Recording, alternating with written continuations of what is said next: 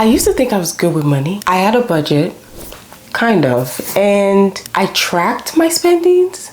Sometimes. Behind the scenes, I was making decisions that kept me broke in designer packaging. Today, I want to tell you the real story. How I went from overspending to becoming the most intentional buyer in the room. And how you can get there too. And the truth is, it's not about deprivation, it's about power. A few years ago, I walked in a boutique, I pulled out my card, and bought a bag that cost more than my rent. Yeah, you heard that right. I justified it.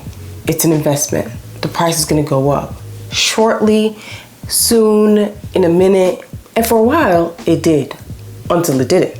I had all these ideas built up around it. I deserve it. It's been a long week. I just got a promotion. It's this, that, and the other. And honestly, the bags are beautiful. All my bags are beautiful. You know this. I love my bags. But you know what wasn't? The anxiety I had 3 weeks later looking at my credit card statement and saying, oh my God, okay, do I want to return this or do I want to keep this and then pay it off? I didn't really balance or plan for this well enough. And pretty much counting the days until payday, which I was hoping would come shortly after. And the wild part, I wasn't even financially illiterate. I knew better. But knowing isn't the same thing as doing. We all know this by now. And here's what I learned. Spending problems aren't about money. They're about meaning. Meaning to whatever you may assign it to be, but meaning nonetheless. So if you're in that phase, here's step one. Track your spending. Track everything. Your spending, you're going out, you're coming in, every single thing you do in your life.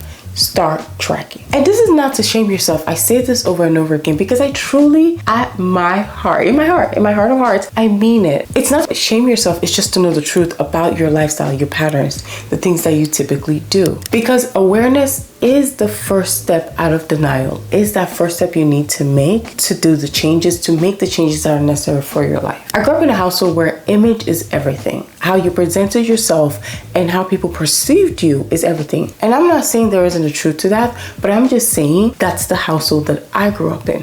Where worth was measured by how I look, what I achieved, and really how well I followed the rules. Spending became my silent rebellion, and later it became my mask. I worked hard, I dressed the part, I bought the things that I needed to feel like or prove that I belonged in the new rooms that I am now placed in. These rooms that maybe my inner child didn't even know if I deserved to enter or to be in, doing content and being successful at that to a certain level and, advancing in my career, my personal life and being married and different things and milestones that I reach, these come with this perceived ideas, right? When I was doing my wedding planning, I did a lot of shopping. When I'm really feeling low or depressed, I also find myself shopping a lot. Those are my two biggest triggers. So if I had a rough day at work, well, yeah, I am gonna go shop at Mango. Love me Mango, but why am I shopping right now? Let's decode that. Had a promotion?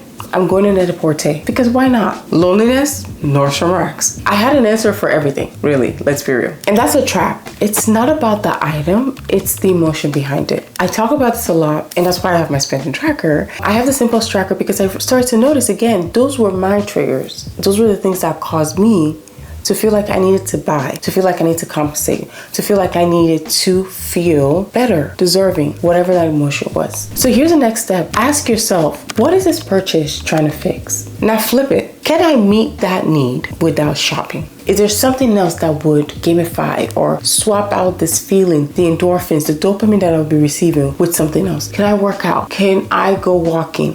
Can I maybe read a book? Can I have a jam session? Can I literally watch a show that I love a million times just to escape that feeling of I need to do it right now and I need to buy? Sometimes the answer is an app, a walk, a playlist, a text to a friend. That's not budgeting. That's emotional fluency, emotional regulation, emotional balancing. And the real shift, it came at one of the hardest maybe times of my life. I was working full-time, still working full-time, building my channel on the side, and I was doing wedding planning at the time. I was obviously, it was around the holidays. There were so many things that was happening, like I said, in different parts of my life. I mean, the constancy of building a channel and having a full-time job is in itself quite a lot, in case you don't know.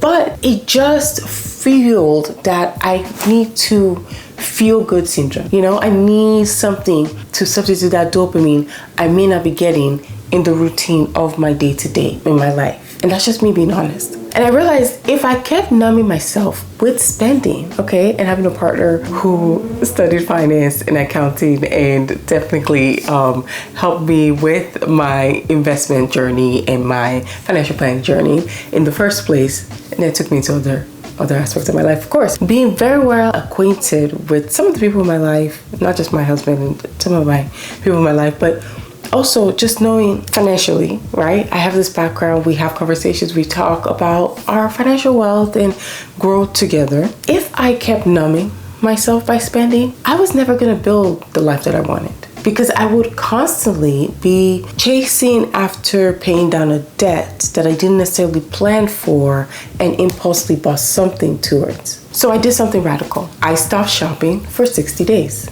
I talked about this in my video.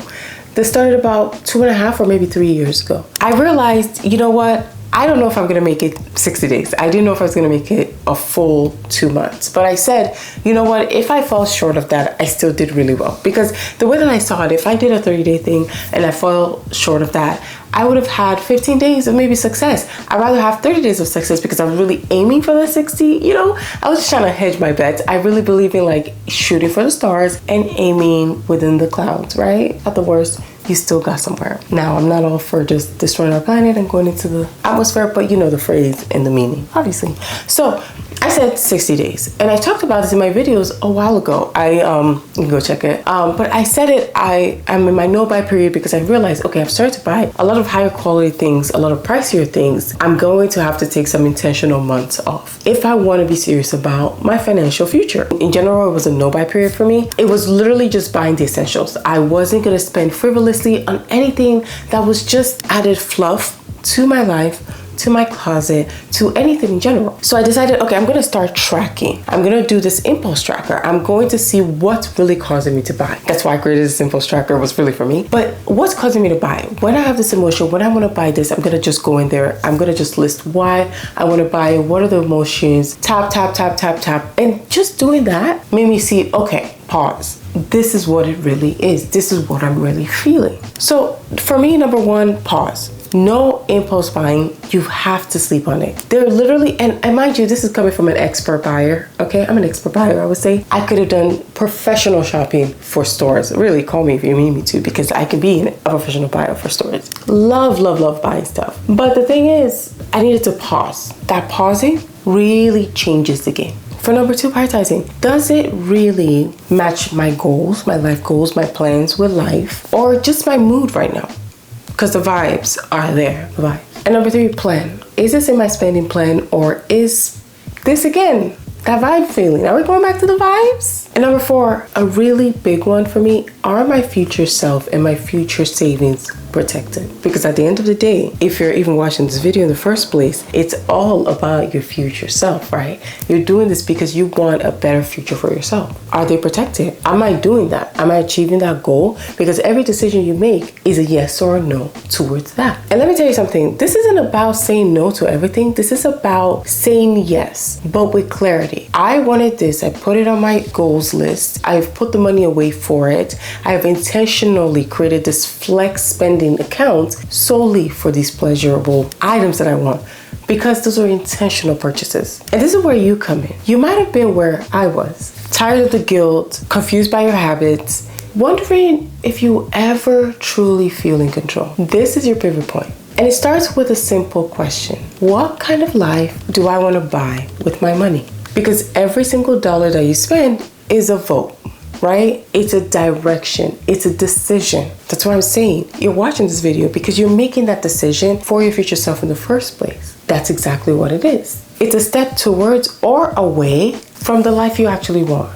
So here's what I did when I had clarity. I built a value-based plan where 80% of what I bought had to align with a personal goal. I created a joy budget. Like I said, money to spend guilt-free with no apologies on those things that give me pleasure. But of course, I automated my savings. I mentioned this quite a lot before anything else. So these aren't just financial tips. I'm not here to give you that. The only tips I can give you are things that my financial advisor, professional, or my husband, wise, or people in my family who are financial advisors have given me. These are really mindset shifts. Today, I don't own more, I own better. Every item in my home, in my closet, and in my bank account is there on purpose. I don't panic at checkouts anymore. I don't shop to feel better anymore. I shop to live well. I shop towards the future that I want. I shop towards the life that I imagine for myself. And yeah, a happy, joyous, financially free, soft life. And if I can go from